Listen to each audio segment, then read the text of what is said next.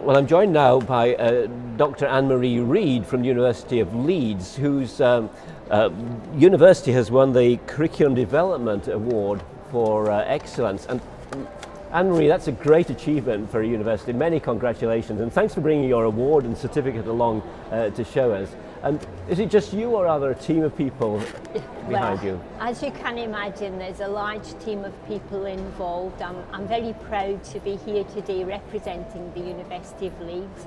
And my colleague, Professor Richard Fuller, and I collected the award. But as I say, behind that there is a huge team of people, researchers, academics, clinicians, patients, carers, students, administrative staff. And it's the efforts that all of those people who have helped us to achieve the award. Curriculum development isn't something that just happens overnight. It takes a lot of planning and introducing the idea to colleagues, isn't it? Yeah. Can you tell us a bit about the programme that you innovated this time? I can do, yes. As you rightly point out, curriculum development is very much an evolutionary process. When I first came to Leeds in 2009, at that point Leeds was planning a major curriculum review, and my role at that time, I was appointed to be very much a part of that curriculum review as head of curriculum development. And the programme was very innovative because it was a real shake-up of the existing programme, very much towards a much more integrated curriculum. But as you've indicated, it wasn't just designing the curriculum itself and deciding what might be appropriate that was important. It was the people management, and my colleague, who was Dr. Fuller at the time, was very keen in us underpinning it with a model of curriculum management where it was very much about taking people with us and empowering other people to take responsibility. Yeah. Okay. So if you were to give advice or suggestions to another medical school wanting to apply for the Aspire Award in this area, in this category, what sort of tips, how long would it take them, what help would they get on the way? Yes, I think there's a lot of help. I think there's a lot of help on the AMEE website. There's an Aspire panel. All of the schools like ourselves who are holders of curriculum awards are always very keen to help and support others towards it. And I think it's very much about thinking within your medical school, what is special about it? What would indicate you as being different and being innovative in your approach to the curriculum?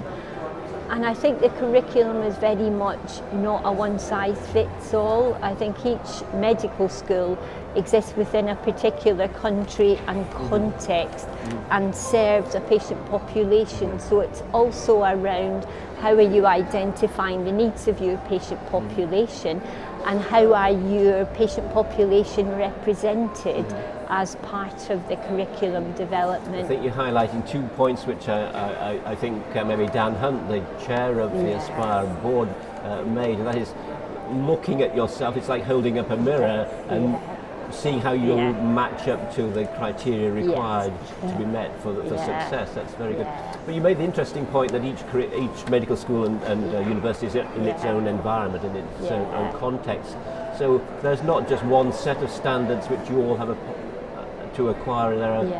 I think there's one set of criteria, but it's about how your particular school meets that criteria. In your context. So that is where the context is important. So part of the criteria is about meeting the needs of your local population. Of course, all medical schools will train doctors to work in the wider sense as well, and hopefully to work as international global doctors. But primarily, the medical school serves its local population, so the criteria will be around identifying how you meet the needs of that local population. And I think that just underlines a very important point, that the Aspire Awards aren't just for the UK or for Europe, but indeed it's a global recognition of excellence in teaching, and that's such an important point. I think I just want to emphasise that, and I think you illustrate that. What are you going to go back to do at Leeds and do now that you've been successful? Yes, well, one of the things that we are doing, since we did do a major review of the curriculum, and as we discussed, it was about bringing people along and giving them ownership, and that's given us a real platform to keep on innovating and changing. And we're very much at the forefront of using technology enhanced learning within the UK, and Leeds is very much looking at ways of doing that for real positive effect for patients and students. So when I go back, we are continuing to look at our innovation using technology enhanced learning, bringing in people with entrepreneurial skills as well. And it was very interesting, the keynote talk this morning, the keynote speaker was talking very much about innovation and being an entrepreneur. And we're actually introducing opportunities for students to do a variant of our medical programme where they do a Masters in Enterprise alongside it. So that keynote talk really hit a chord with Leeds, and is something that we would very much embrace. And that was the keynote talk on solar-powered energy. That was a keynote talk from Bertrand about solar-powered energy and about going beyond your certainties and being able to take risks as well.